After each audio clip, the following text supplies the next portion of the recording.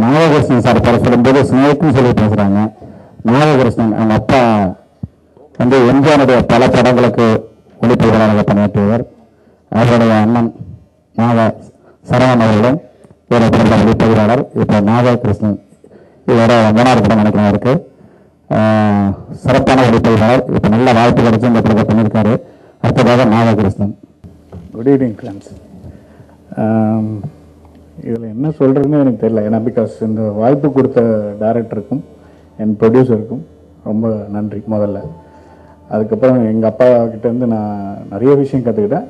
இன்றைக்கி அதை ப்ரூவ் பண்ணன்றதுக்கு அவங்க பார்த்து சொன்னாங்கன்னா நல்லாயிருக்கும். இந்த சிங்கப்பூரை கொஞ்சம் வித்தியாசமாக காமிச்சிருக்கோம். எல்லோரும் யூஸ்வலாக பார்த்துருப்பீங்க, அது அந்த காலத்துலேருந்து பார்த்துருப்பீங்க, 1970s இருந்து.